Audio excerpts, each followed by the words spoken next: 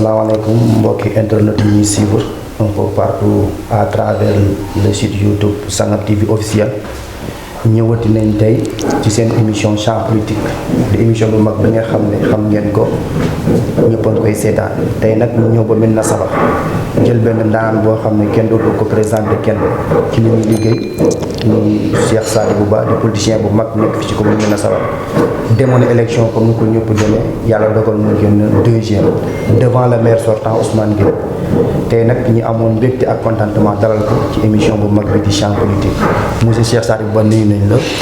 waaw fay nañ leen ñi ngi fay tous les auditeurs et téléspectateurs de Sangam TV l'officiel di nuyu waa Sabakh yëpp ak waa Sénégal di leen ñaanal jàmm di ko sàkku ci ñëpp ñu ñaanal ñu ko. amiin monsieur Ba yàlla na yàlla boole ñu jàmm jooju. amiin tey nag ñu ñëwoon waxtaan ak yow Cheikh Sadibou Ba Médina Sabakh la dëkk fi la juddoo fi la màggee fi la yaroo nekk acteur politique comme ni ko ñëpp nekkee mu dem élection ñu bëri commencé ko dégg te su leen laajoon kan mooy Cheikh Sadibou Ba loo ñuy wax.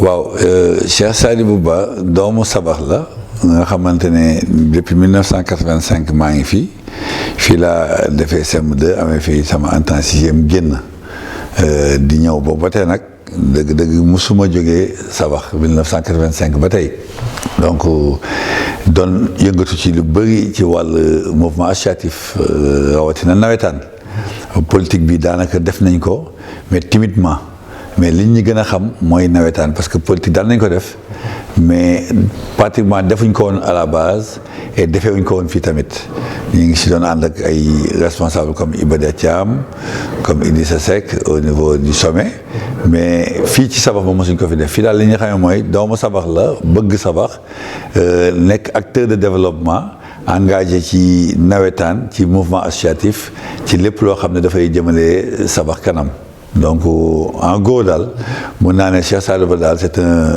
citoyen de l'arrondissement de Médina Sabakh di Saloum sama maam dëkk fii sama yaay juddoo fii donc doomu Sabakh laa daal en gros quoi. d'accord Cheikh Sadibou Ba ñu miin tur boobu bëriwul.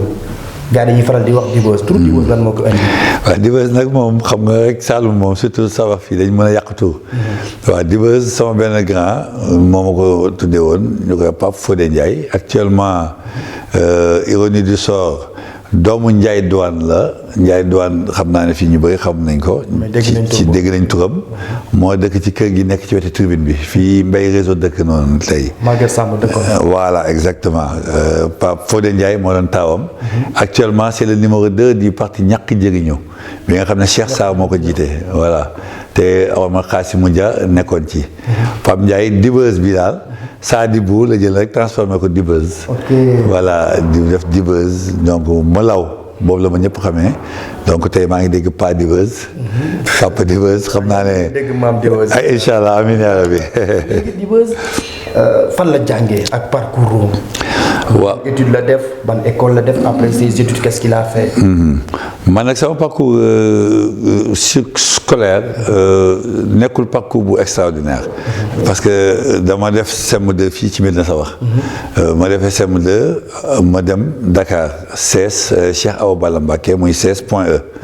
donc jógee fa dem Blaise Diagne dem ba terminal yàlla def l'année bi may def bac ma réussir concours volontariat éducation nationale dem jàngale ji. man mii sax sama élève man sama professeur la sama enseignant Jigima. voilà Jigima ma rakki maamu.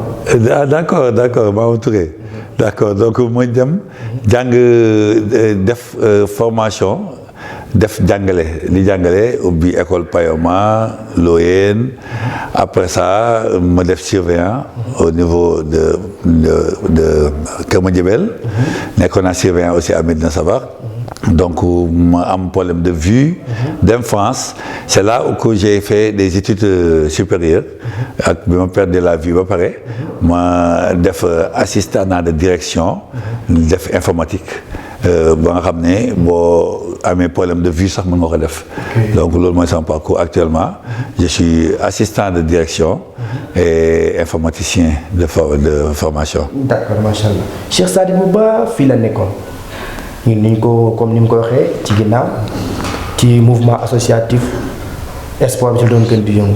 Cheikh Sadibou lan moo ko dugal ci politique.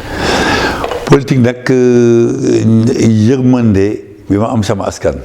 daanaka man bi ma doonee xale ba tey dama am benn problème mooy bëgguma kuy noot nit bëgguma aussi nit àqam ak yelleefam ñu ko koy xañ te loolu bu la yàlla defee noonu rek fii faw nga am foo koy yëngatoo te gisuma ci beneen cadre bu dul politique te fil en aiguille petit à petit donc ñuy kaas di beñ di xëccal suñu askan muy suñuy jigéen suñuy jeunes surtout la jeunesse donc xëcc boobu ñu leen di xëccal daf doon niru sax politique ñu bëri dañu jàppee ne dañu yàgg politique alors que li ñu yàgg def du politique li ñu yàgg def mooy engagement pour la société pour la jeunesse pour jigéen ñi pour sëriñ daara yi loolu moom seen yàgg nekk donc comme dafay niru politique nag les gens croyaient que loolu politique laa doon def bañ may dugal ci politique mais def naa tuuti politique nag ak Iba Der Thiam parce que man dama am comme ni ma leen ko waxee ay valeurs yoo xam ne dama ci yàgg di xool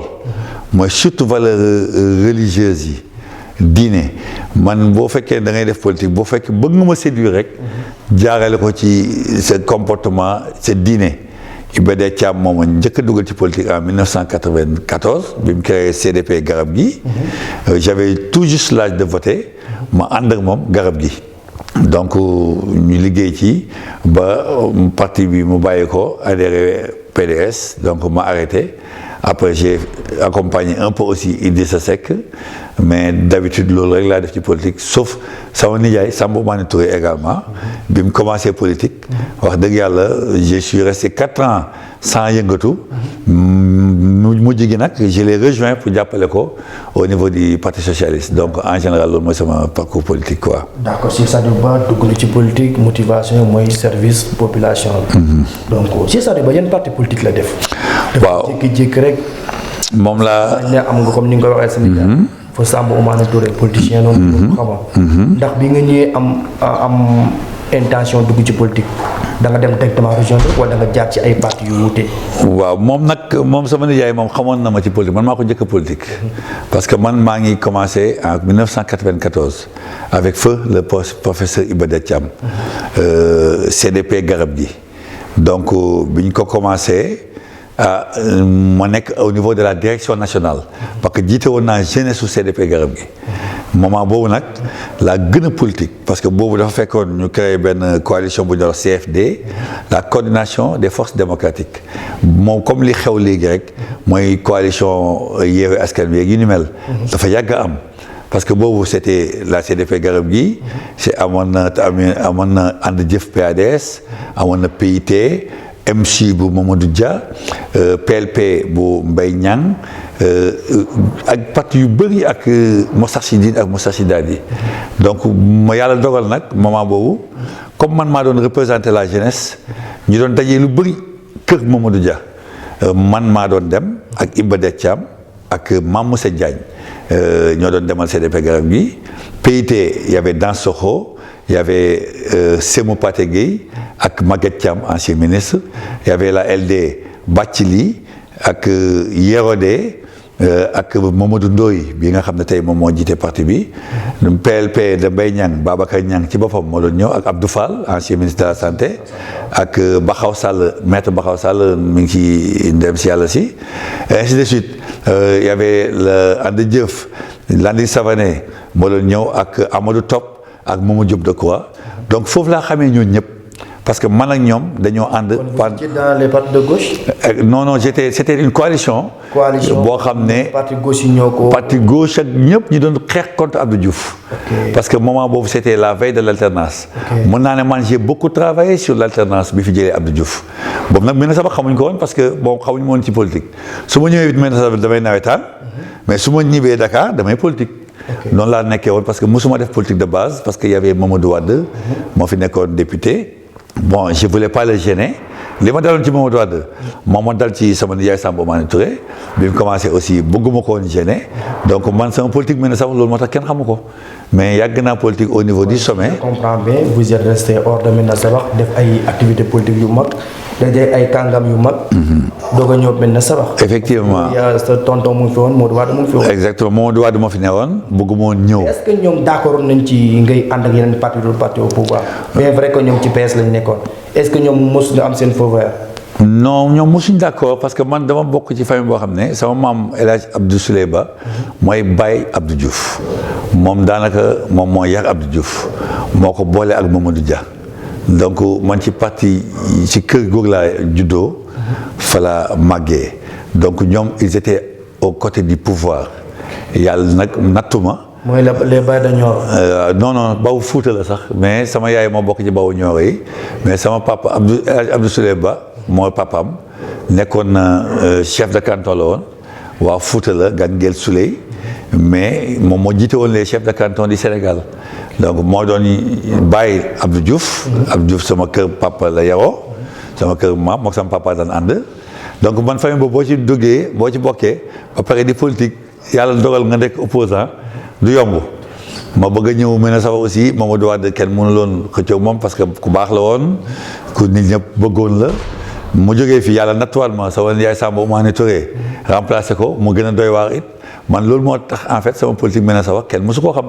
parce que mosuma bëgg politique yàqal ma mbokk moo tax ma nekkoon au niveau du sommet doon politique ñu bëri tey ñoom Malick Ndiaye carte membre CDP garab gi te tey ancien ministre la ngay dégg mooy comme ku ñuy wax Zidane là de ancien ministre de l'environnement nekk Darou Mourti non ki doon xëccoog de moo Diagne Fada lu ma dal bon dina ñëw Mamadou Ndione tey directeur COSEC maa ko jaay carte de membre CDF garab gi tey ku ci mel ni Bassirou Kébé maa ko jaay carte de membre CDF garab gi xam naa ñu bëri xamuñ ne jaar na foofu donc man j'étais très proche de Iba Der Thiam j'étais proche de Mamadou Dia de ñoom Landing Savané Amath Dansokho Abdou Fall ñoo ñëpp man ak ñoom daanaka dañ doon toog tous les jours ba 1h du matin 2h du matin di réunion. C'était véritablement les années de Braise boobu Abdoulaye Wade mi ngi en France mais Abdoulaye Faye avant l'alternance moi j'ai beaucoup travaillé pour la première alternance mais malheureusement bi première alternance bi di ñëw d'accord pour jàppale ko Cheikh Sadibou Ba mënuñu waxtaan ak yow te tudduñu élection yi fi jàll élection mairie defe naa sa tur ñëpp xamoon nañ ko ba résultat yi génnee yow a nekk deuxième devant même le maire sortant monsieur Ousmane Gueye Cheikh Sadibou Ba sa investiture amoon na jafe-jafe est-ce que mënuñ ci ñëwal dégg nañ sur information yi ñu am sur des sources sûres que yow ak Alimane yéen a àndoon demoon na dans un premier temps joxoon na récépissé PS ñu génnewaat ko loolu mën nga ñu expliquer lu mu demee noonu. waaw man bon dama mës a am problème ci yu dem politique souvent bon dafa am nit ñoo xam ne c'est le destin nul ne peut échapper à son destin. Ça c'est vrai. D'abord sama candidature fa la problème bi commencé parce que je suis aveugle. Le maire Ousmane Gueye sortant dugal ci xelu nañu ne Dibeuss mënta doon candidat parce que lan moo ko def mooy constitution moo ko aaye.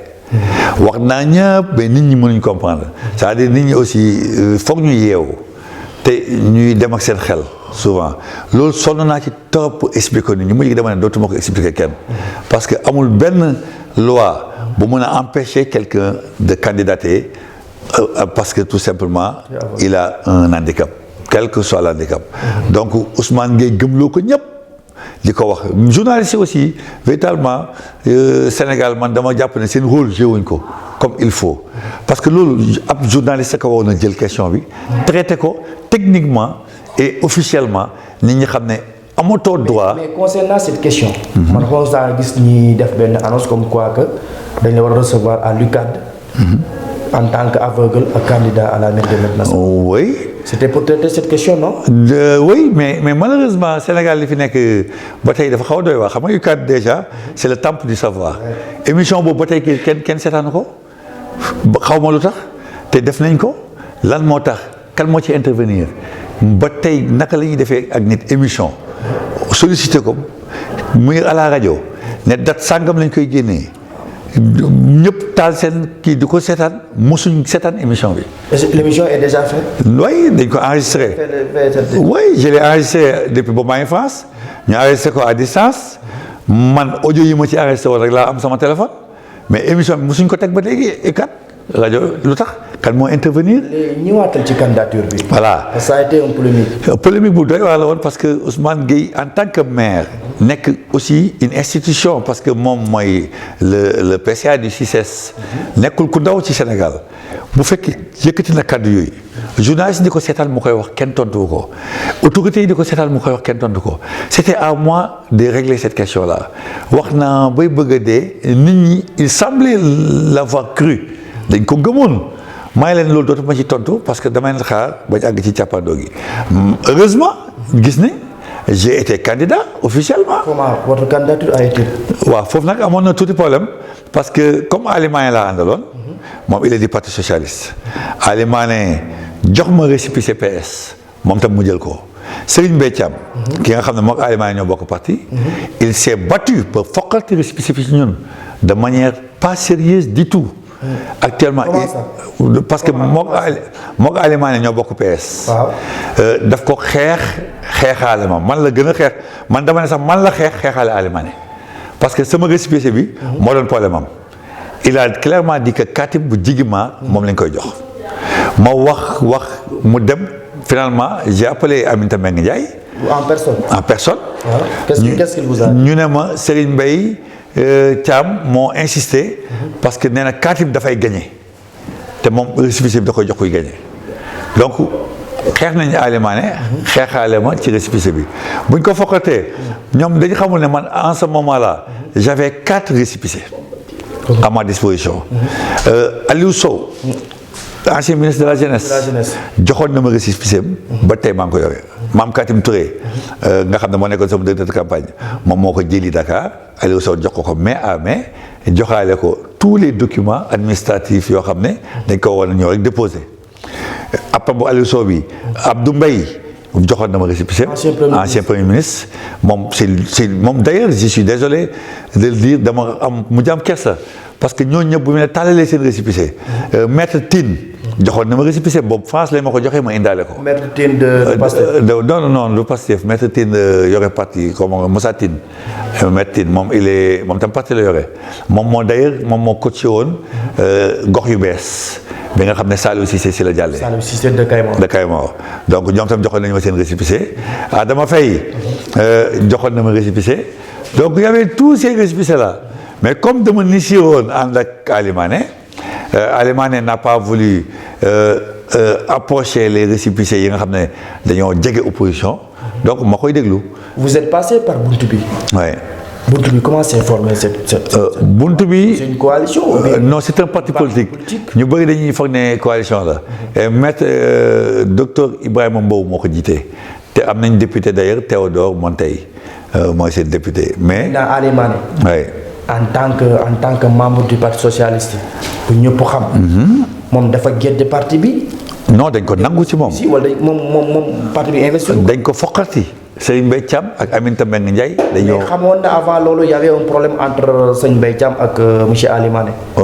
non dafa xeex ba au dernier moment c'est-à-dire dafa jël Ali Mané njëkk na déposé son dossier avec le parti socialiste man jour bi ma déposé fii à Médina Sabakh moom jour boobu la déposé à Nioro le dossier du parti socialiste Serigne Mbaye Thiam s'est battu pour nangu ko foqati ko. Aminata Mbengue léegi loolu ban explication nga ñu ci. Aminata Mbengue Ndiaye non c'est un on a dit dans le code électoral que. si je comprends bien. bu fekkee ñaari ñi dañoo déposé ci benn récépissé ki njëkk a déposé moo voilà mais le fait que nga déposé ñu retiré ko c'est pas un problème. mais ki signé mandat bi c'est Aminata Mbengue Ndiaye moom mooy jiite parti socialiste moom en personne moo bindaat lettre moo bind le préfet de Nioro. la loi le permet ça. oui parce que moom en fait moom mooy déposé caution bi ci turam. Au niveau national au niveau de la caisse de dépôt et de consignation. donc moom mooy mandataire bi moom mooy désigner kan mooy nekk mandataire au niveau départemental wala au niveau de chaque commune. donc c'est elle en personne. parce que Serigne Mbaye Thiam mënu ko woon récupérer bi mu ñëwee sous-préfet dañ ko ne ko mënuloo ko récupérer Ali Mané a déposé Dibeuze a déposé Serigne Mbaye Thiam jaar par Aminata Mbengue Ndiaye ñu reyante mbëkkante Aminata Mbengue Ndiaye téléphoné bind préfet dañoo retirer le mandat à Ali Mané man aussi ils m'ont retiré le mandat au niveau de la commune de Médina Sabakh voilà bi ko defee nag Ali Mané joxaat ma beneen récépissé boobu sax indiwaat na polémique parce que moom moo ma ko jox ñu bëri foog nañ ne dégg naa sax ñu ciy wax lu ne Ibrahima Niang bi nekk maire nii li ci wax te xamul nu mu demee man dama toog rek Ali Mané indil ma récépissé avec liggéeykat yi ma ne ko baax na comme bëggoon naa liggéey moom man j'avais 4 récépissés yoo téye ma jël ko bi ma demee déposé ko sous-préfet moom oo ci ngoon si ne ma récépissé bi am na ku ci déposé woon avant yow muy Ibrahima Niang donc ma maire da ko ne si la ma Ali Mané indilaat buntu bi donc buntu bi nanga ma ko jël sax parce que c'était trop quand même parce que man bëggoon ànd ak Ali Mané rek moo taxoon ma accepté toog di xaar mais finalement boobu lañ mujj déposé moom tam mu déposé ko donc on est passé voilà c'est ça. D'accord. Ibrahima Niang wax na ci moom tamit. oui wax na ci parce que moom bon xëy na xamul nu mu demee dañ ko indi en erreur man dama toog ñu indil ma récépissé Ali Mané indil ma ko mënu ma woon imaginer ne Ibrahima Niang wala keneen mi ngi koy déposé. parce que soutenu financièrement. Financièrement Ali Mané nous a soutenu un peu mais mën naa ne les 9/10 de ma campagne électorale man maa ko defal sa bopp. kon Dibeuze millionnaire la. non doo millionnaire. dama ñëfee rek. non doo millionnaire seulement li ngay dundee sa bopp. wax ko dundee sacrifice la li ñuy def ñun politique bi c'est. Vous n'avez pas de bailleur yoo xam ne ñoom ñu. non à part non on a un seul soutien. boo xam ne soutenu nañu un peu financièrement. mooy Ali Mané. au dernier moment parce que ñun ay kii yu bàyyi ko étranger. non malheureusement. une fois que vous êtes maire voilà. am lu ngeen marché ba pare. non j'ai eu quelques soutiens. loolu tam dama koy wax sama famille. ak ñoo xam ne. ils m'ont invité parce que am na rajo bu ñu ma invité woon États-Unis ñu koy wax je crois le rendez-vous de DC Washington DC bi ñu ma invité nag j'avoue que il y avait beaucoup de Sénégalais expatriés aux États-Unis qui ont manifesté le soutien pour ma candidature. de Sabakh. non Sénégalais lañ mais kenn ku ci mel ne Sabakh waaw parce que dama am sama benn mag boo xam ne moom boole ñoom ñu invité ma. bi ñu ma invité sama candidature bi ak émission ma def ça séduit beaucoup de Sénégalais expatriés am na lu ñu ma dimbalee nag financièrement aussi aux alentours de à peu près 700 000 francs parce que ku nekk ko yónnee kii 100 000. non.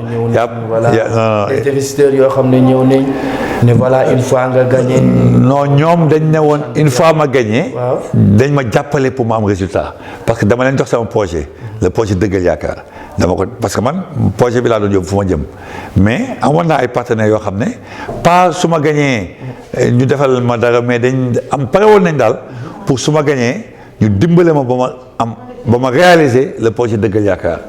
donc loolu laa amoon comme ay. Dibeuze jël na ak loolu. buntu bi la jël. jaar ci moom Ali Mané. mais am na ay alliés ci candidature bi muy battre campagne Médina Sabakh wala Dibeuze il s'est allé tout seul. non man mën naa ne pratiquement ànduma keneen ku dul Ali Mané au niveau local. ànduma fekk ku dul Néné Marie daal nga xam ne adjointe maire la woon nekk APR moom en personne ñëw na ànd ak man mais bu ko mooyee ñi ma àndal ñëpp fii nii c'est des jeunes des femmes des sëriñ daara yoo xam ne ils se sont joints à moi pour jàppale ma mais aw man ma benn kuréel ñëpp nag tàllawal naa leen loxo tous les candidats tey yi nga xam ne sauf candidat yi nga xam bett nañ ma au dernier moment laa leen xam mais les anciens ñi nga xam ne xamoon naa leen ñëpp tàllaloon naa leen loxo mais malheureusement man kese maa demoon quoi. Dibeuze moom kese moo dem. am programme bu ñuy wax Dëggal Yaakaar. nan nga def ba nga xam ne tey yow yaa jël résultat 2000 parce que mënoo ànd yow kese rek. moo xaalis wala Dibeuze xaalis la doon campagne wala nan nga battre campagne ba convaincre population bi ba tey ñu placé le deuxième. waaw ñun dañ doon gagné ñun li ñu dal nii c'est une surprise pour moi et pour beaucoup de jeunes yi nga xam ne maa ngi ñoom ñoo àndoon les résultats yi sax wane na ko parce que tey bu fekkee ne ñun gagné nañ 25 bureaux de vote ki nga xam ne moo gagné mairie bi 15 bureaux la gagné donc ñun ëppale nañ ko 10 bureaux de vote c'est parce que y a anguille sous roche. mais électorat bi doxul. électorat bi lu tax. xëy na noonu parce que ñooñu bëri wuñu. exactement lu tax. 10 personnes 20 personnes. non du loolu. avec des centaines de personnes. non du loolu c'est-à-dire dafa am phénomène bu bees mais poste kër yëpp dañoo mobiliser pour poste kër yëpp. mobiliser wuñ pour la commune de Médina Sabakh. dañu def mobilisation exceptionnelle. c'est un délit pour vous. non c'est éthique. maanaam dëkk bu fekkee ñu 58 villages lañu am. benn dëkk mobiliser ñoom dañuy bëgg jël mairie bi. def ci moyen financier. def ci moyen intimidation parce que am na ñoo xam dañ leen intimider. napp leen. non on les connaît ils l'ont dit xam nga nit ki moom bu fekkee ne góor la wax na. jullit la te du fen dara jaru muy fen. te gis naa ñoo xamante ne depuis les investitures dañ ñëw fii ànd ak man fii lañ toog fii loolu moom dama ci am ay preuve am ñu ko fekkee bëgguma tudd ay tur mais ñoo xam ne dañ leen obligé dem seen parents yi dañ leen intimider dañ leen xuppu parce que wala leen ne bu ngeen ànd ak ñun fii da ngeen fii xat c'est pas normal ngeen dëkk poste kër di ànd ak keneen bu am na koo xam ne fii la toog di jooy ne ma man mënu ma def leneen yow laa bëggoon àndal mais mënu ma def leneen mënoon naa joxe tout mais c'est trop waaw bëgguma ko daal mais je les connais intimidation bi ñu utilisé xaalis saabu sax jox nañ ko jigéen ñi à poste kër yëpp à Sangam bi ngeen jógee yëpp. mais yow non campagne am na ñu wax ne Dibos dafa joxe xaalis. non musuma joxe dafa joxe xaalis. non man musuma joxe xaalis. Ousmane Gueye dafa joxe xaalis. je suis le seul ci candidat yi jiitu. koo xam ne joxe moom benn dërëm. man dama am principe. principe bi am mooy. man mënuma campagne nit ñi pendant 3 ans. wax leen ne dama bëgg jaxaw dimbali leen.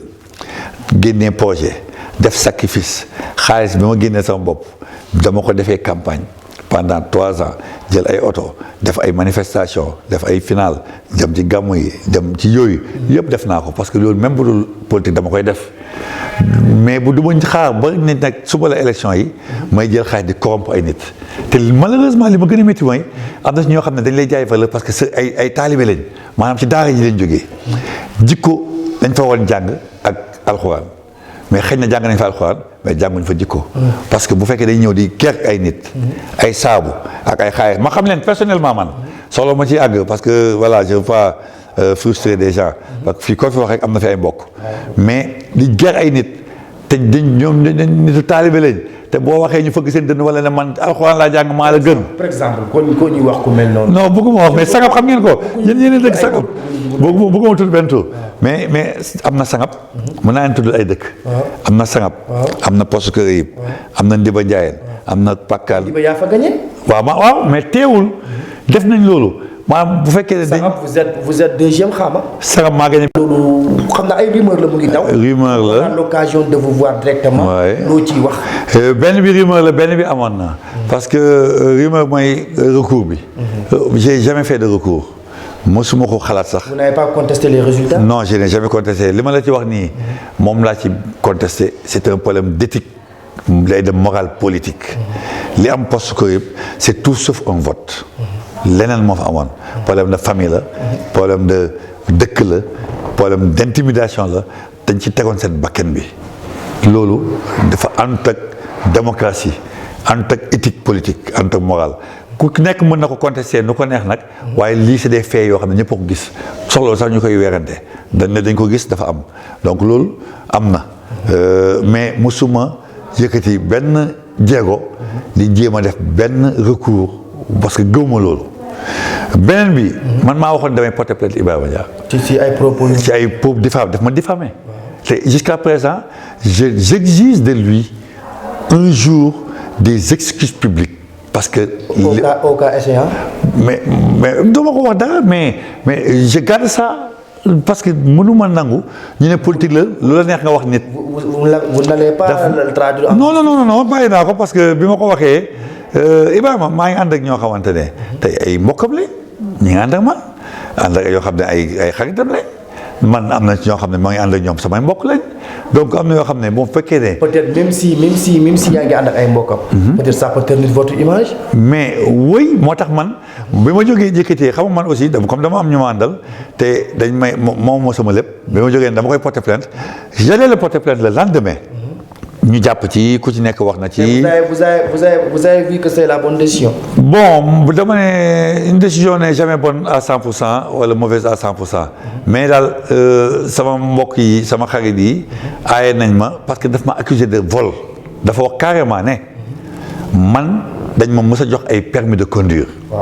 ma joxe ko. avec Aliou Sow ñu jox ma xaalis ma sàcc xaalis bi lekk ko noonu la ko waxee sàcc xaalis bi lekk ko loolu c'est très grave Aliou Sow nga dund ba tey Aliou Sow institution la yoroon mooy ministère de la jeunesse naka la ministère di joxe xaalis benn individu permis de conduire sax jaarul sama loxo sous-préfet la jaar chaîne à musique yi si sous-préfet la jaar fekkee naa cérémonie bi mais amul benn lu jaar sama loxo parce que man je ne représentais rien du tout man maa ko invité woon. mais vous coordonnez cette. si mais maa ko doon coordonné maa ko invité. Vous étiez le coordonnateur. Voilà maa ko coordonné. Vous passez sous vos yeux, n'est-ce pas? Tout s'est passé sous mes yeux.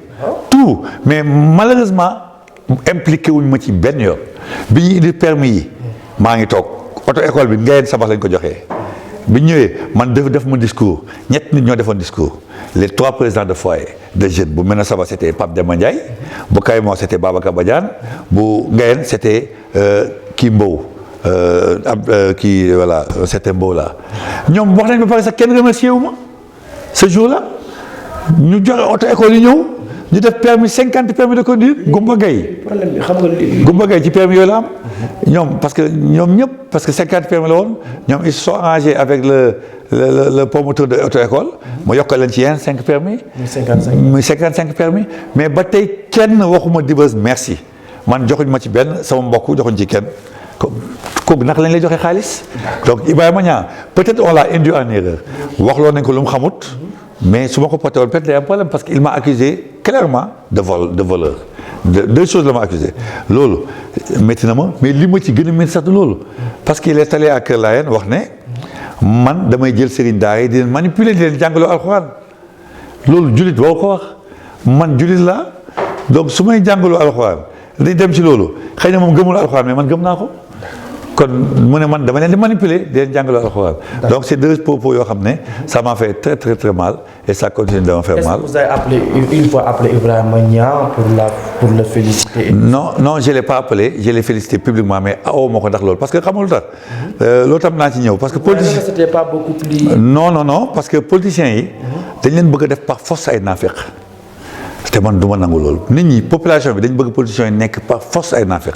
mais les élections sont déjà passées. se sont passées wax naa la ko ne j'exige de lui man mënuma am ak moom relation normale personnelle te jéggaluwuma daf ma accusé loo xam ne képp kuñ ko accusé. C'était l'occasion d'en parler. Non lu tax moom maanaam daf ma accusé de voleur sàcc accusé ma de naafeq ñaar yooyu nit du ma ko accusé même pas 2 semaines ma yëkkati sama téléphone di la oo félicité naa ko j'ai félicité le maire lui j'ai félicité l'équipe bi jàll j'ai félicité tout le monde tous les anciens candidats. On ne peut pas parler d'élection sans pour autant parler de monsieur Ousmane Gueye le maire sortant.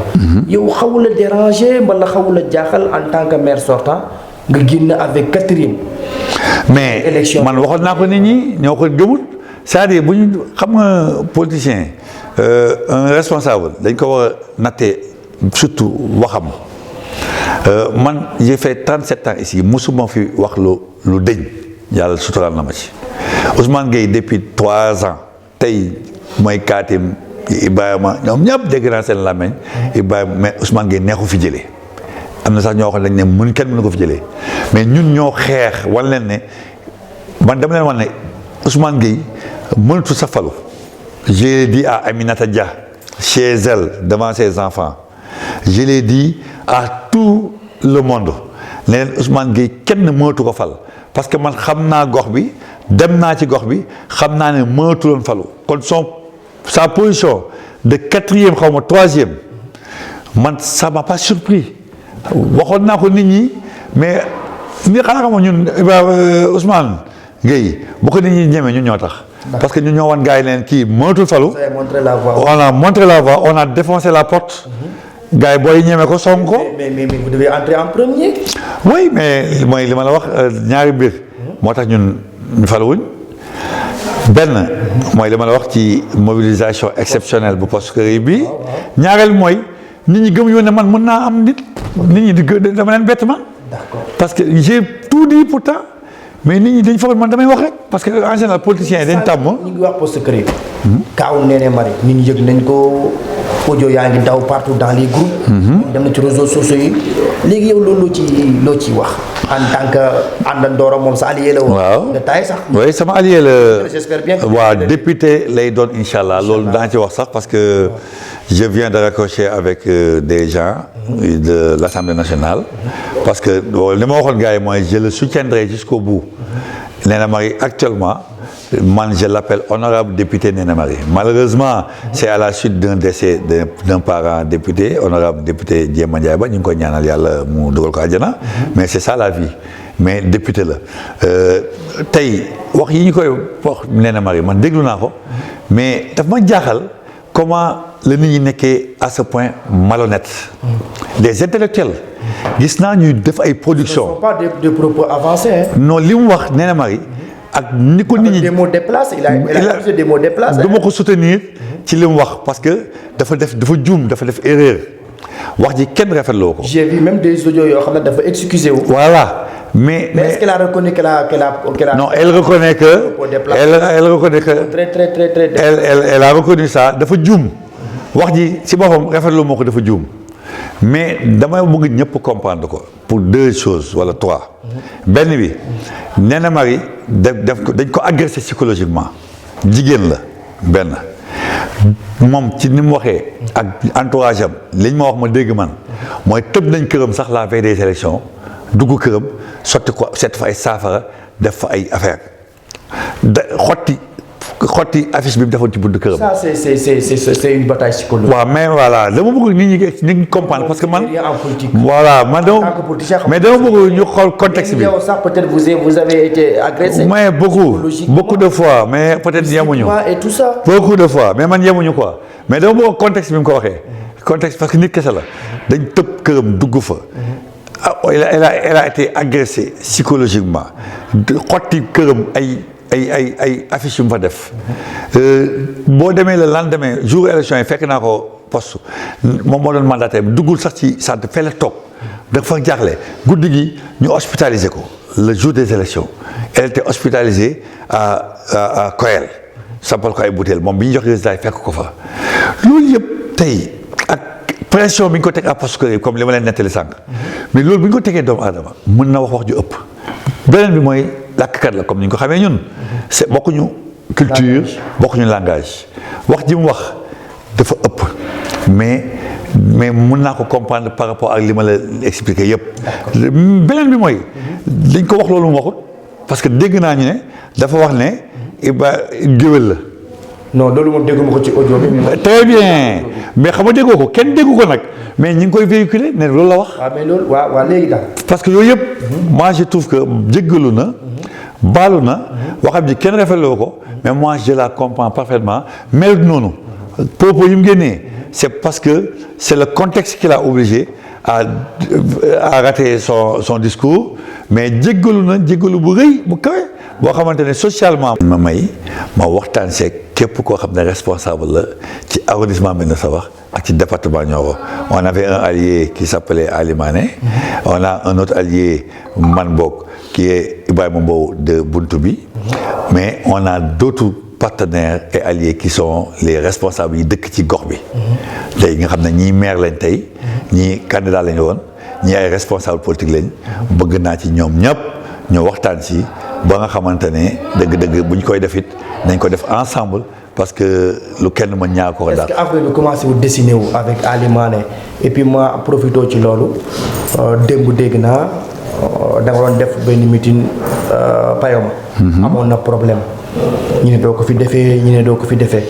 gisoo ne loolu yëpp ay problème yoo xam ne mu ngi sa kanam yoo war a régler. waaw effectivement loolu man daf ma surprendre ma bëgg ci attirer attention des autorités ak surtout de l'équipe bi nga xam ne moo fi toog tey ñoom bu fekkee bëgg nañ jàppale maire bi nañ xam ne soxuñ leen mairie pour ñu continuer di politique dañ leen jox mairie pour ñu liggéeyal gox bi liggéey dafa jot Sabakh c'est un chantier qui vient juste de démarrer li fi am ci liggéey kenn xamul nu mu toll donc boo fekkee ne tey man payoma oo nañ ma fa ay xale yu ndaw bëgg ma sargal ñu ne ndax kontaan nañ ci ni ñu doxalee dëgg-dëgg ñoom ñu jóg def ci ay démarches def ci lobbying ba sous-préfet aaye manifestation boobu moi je trouve que c'est vraiment dommage parce que du loolu lañ doon xaar ci ñoom au préfet tam pour sous-préfet aussi du loolu lañ doon xaar ci moom dafa juum parce que tey jàmm moo gën ay. c'était pas la bonne décision pour non c'était pas la bonne décision parce que Sénégal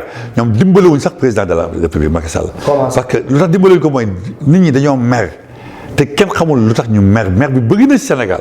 am na ñu ne Dibose un jour viendra mën rejoindre mouvance présidentielle bi pour ñu investir ko député. non man nag loolu bu nekkoon nii tey moo nekk est-ce que di nga ko accepter. man nag sama avenir politique par rapport au parti du ma ci wax dara xam nga tax man je suis ni de l'opposition ni du pouvoir. vous êtes ami cheval. voilà man nit laa koo xam ne. tey loolu noo koy expliquer. waaw nu ma koy expliquer mooy tey moom laa wax pourtant ci sama campagne yëpp moom laa wax avant la campagne man li ma intéressé léegi mooy sabax nekk ci jàmm nekk ci salaam lépp loo xam ne dafay. mais wolof nag nee ragal pété day xaje wërsëg. non pété waaw wolof wax na ko. dëgg la ragal pété day xaje wërsëg mais man féete naa man dama féete ak la population di sabax. mais la population am na fu ñu far am na ñoo xam ne fii lañ far fii. non man en fonction de li nga xam ne mooy sama perspective noonu laay jëlee samay décision politique donc du mouvance présidentielle du opposition li nga xam ne daal moom intéressé mooy sabax am jàmm sëriñ daara yi nekk ci jàmm jigéen ñi seen coono wàññeeku jeunesse bi am perspective am ëllëg boo xam ne gën na leer parce que tey dañoo jiix dafa dañ jaaxle donc sabax daal bëgg naa li nga xam ne ba ñu ci associé dinañ leen ko wax lépp loo xam ne démarche la bu ñu ci boolee dinañ leen ci jàppale donc daal nañ leen ñaanal aussi yàlla may leen ndam parce que bu ñu amee ndam sabax moo am ndam loolu daal lay daanelee di ñaanal jàmm ñëpp di sàkku ci ñëpp aussi ñu ñaanal ñu ni nga xam ne moom lañ tàmbale woon émission bi.